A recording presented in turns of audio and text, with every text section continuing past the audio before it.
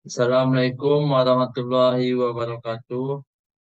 Alhamdulillah, alhamdulillahirabbil alamin. Wassalatu wassalamu ala asyrafil anbiya'i wal mursalin wa ala alihi wa sahbihi rasulillahi ajmain. Pertama sekali, marilah kita ucapkan puji dan syukur atas kehadiran Allah Subhanahu wa taala yang telah melimpahkan rahmat dan karunia-Nya kepada kita semua. Dan tidak lupa kita hadiahkan kepada junjungan alam kita, yakni Nabi besar Nabi Muhammad Sallallahu Alaihi Wasallam dengan melafazkan Allahumma sholli ala Sayyidina Muhammad wa ala ali Sayyidina Muhammad. Perkenalkan, nama saya Rafli Muklis dengan NIM 22338026. Yang terhormat Bapak Anjelil Arafat STMX PhD selaku dosen pembimbing mata kuliah material teknik. Di sini saya akan menjelaskan hasil dari UTS. Di sini saya akan mempresentasikan hasil dari UTS saya, UTS material teknik. Di sini saya akan menjelaskan tentang klasifikasi material teknik. Apa itu material teknik? Material adalah zat atau benda yang dari mana sesuatu dapat dibuat darinya, atau barang yang dibutuhkan untuk membuat sesuatu. Berdasarkan pengertian tersebut, material teknik adalah material yang digunakan untuk menyusun sebuah benda dan digunakan untuk memperkayaan dan perancangan di bidang teknik. Klasifikasi material dibagi menjadi empat, yaitu logam, keramik, polimer, dan komposit. 1. Logam. Logam adalah material yang mempunyai daya hantar listrik yang tinggi dengan sifat konduktor yang baik dan tahan terhadap temperatur tinggi. Mempunyai titik didih tinggi, keras, mengkilap, tidak tembus cahaya, dan dapat dideformasi sehingga banyak digunakan pada konstruksi. Logam terbagi menjadi dua, yaitu logam ferro dan logam non-ferro. Apa itu logam ferro? Logam ferro merupakan logam yang mengandung besi dan karbon sebagai unsur dasarnya. Selain itu, terdapat unsur-unsur lain seperti mangan, fosfor, dan sulfur.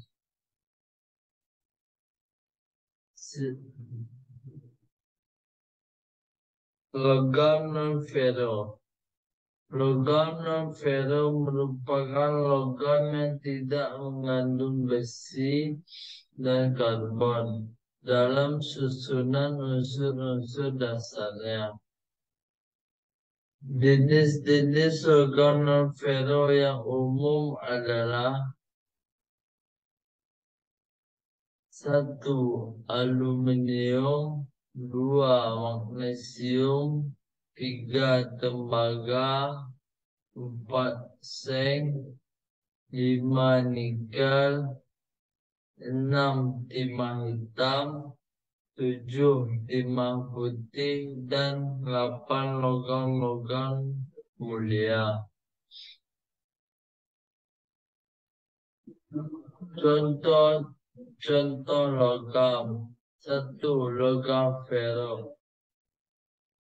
Contoh dari logam ferro yaitu baja. Baja terbagi menjadi dua, yaitu baja karbon dan baja paduan. Contoh kedua yaitu besi. Besi juga terbagi menjadi dua, yaitu besi tuang putih dan besi tuang mampu tembak. Logam non-ferro.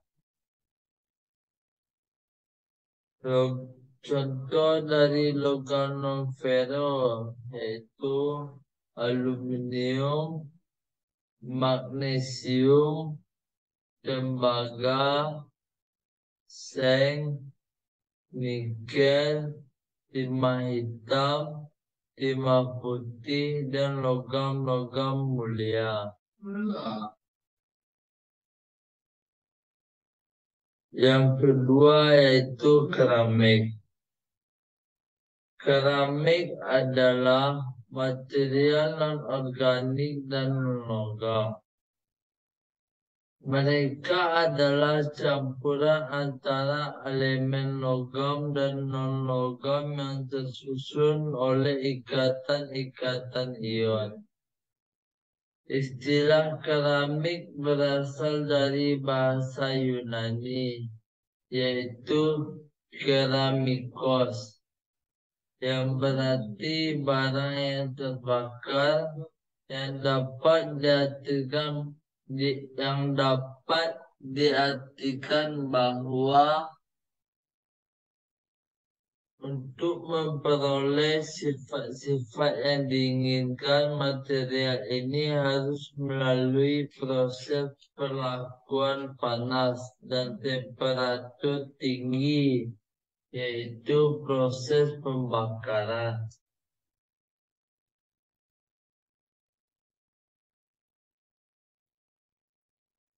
Yang ketiga, polimer. Apa itu polimer? Polimer adalah molekul panjang yang mengandung rantai atom yang dihubungkan oleh ikatan kovalen yang terbentuk selama polimerisasi. Polimer umumnya dikenal sebagai bahan konduktor atau isolator.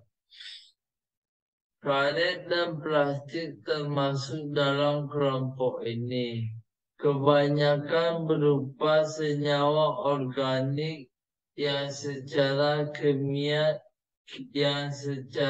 kimia tersusun atas unsur karbon, hidrogen, dan non-logam lainnya.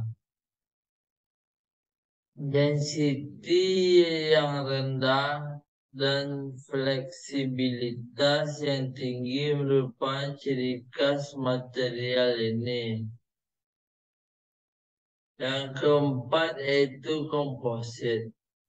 Komposit merupakan material hasil kombinasi dari dua material atau lebih, yang sifatnya sangat berbeda dengan sifat masing-masing material asalnya. Komposit selain dibuat dari hasil rekayasa manusia, juga dapat terjadi secara alamiah. Misalnya kayu yang terdiri dari serat selulose yang berada dalam matriks lignin. Komposit saat ini banyak dipakai dalam konstruksi pesawat terbang karena mempunyai sifat ringan, kuat, dan non-magnetik. Contoh aplikasi dalam bidang industri material teknik. 1. Logam ferro. Aplikasi dari material logam antara lain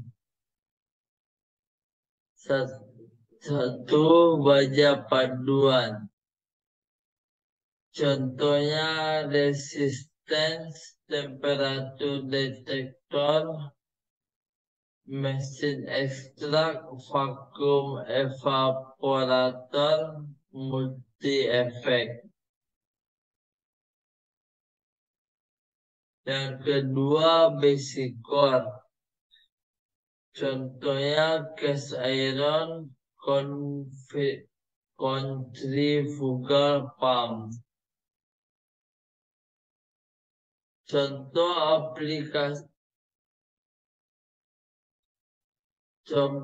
aplikasi dalam bidang industri material teknik logam non-ferro. Satu, titanium. Contoh dari titanium yaitu pembuatan kipas mesin internasional Aero Engine V2500. Yang kedua, magnesium. Contohnya sebagai bahan tahan api dalam tungku peleburan. Pembuat struktur ringan seperti dalam pesawat dan konstruksi rudal. Contoh ketiga yaitu nikel. Untuk pembuatan turbin gas pesawat, aplikasi medis, dan sistem tenaga nuklir. Tiga, keramik. Aplikasi dari material keramik antara lain. Satu, kaca sebagai bahan pembuatan kacamata, gelas, botol, jendela, bolang lampu, dan lain-lain. Contoh kedua yaitu produk lempung atau tanah liat. Seperti pembuatan batu bata, pipa tanah liat, ubin, genteng, dan lain-lain. Perabotan seperti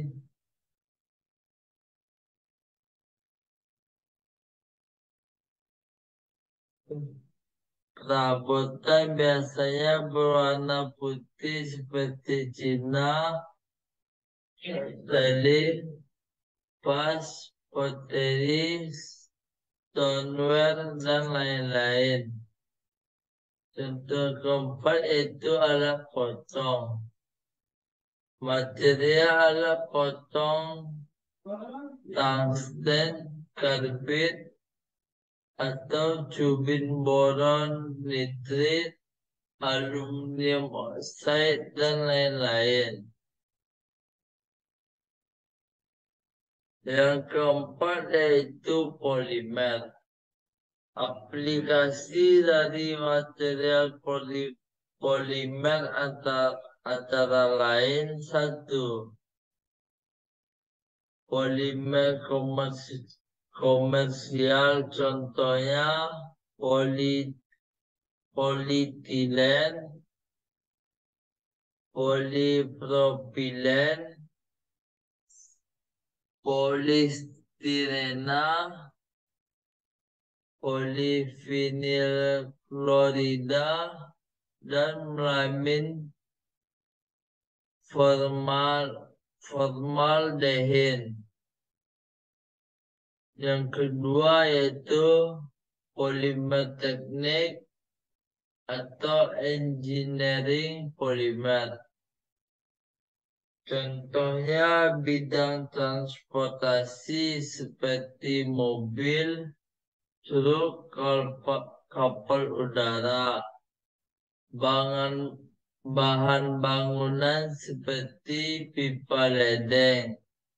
Yang ketiga, barang-barang listrik dan elektronik elektronik seperti mesin bisnis dan komputer.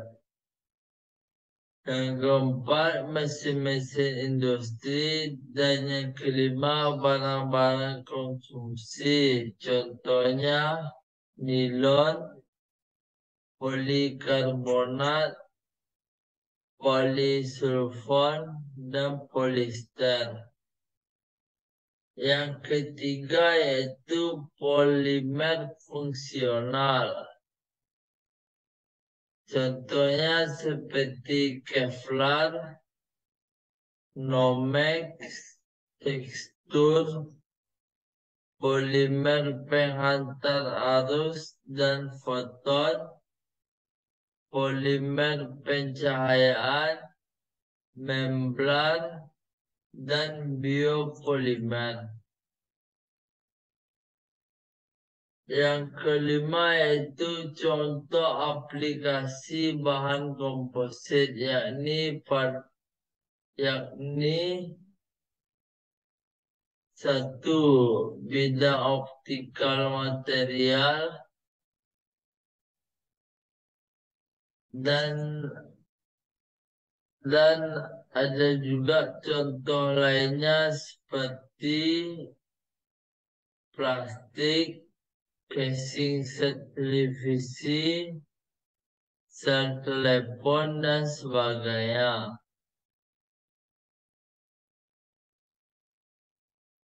Kesimpulan dalam presentasi mengenai material teknik, kita dapat menyimpulkan bahwa pemilihan material yang tepat sangat penting untuk mencapai kinerja dan keandalan yang optimal dalam berbagai aplikasi teknik. Material teknik seperti logam, polimer, keramik, dan komposit memiliki sifat-sifat unik yang sesuai dengan berbagai kebutuhan industri.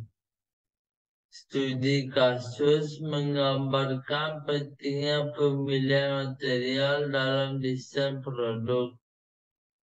Kesesuaian material dengan aplikasi dan keberlanjutan adalah faktor penting yang semakin diperhatikan dalam pengembangan material teknik.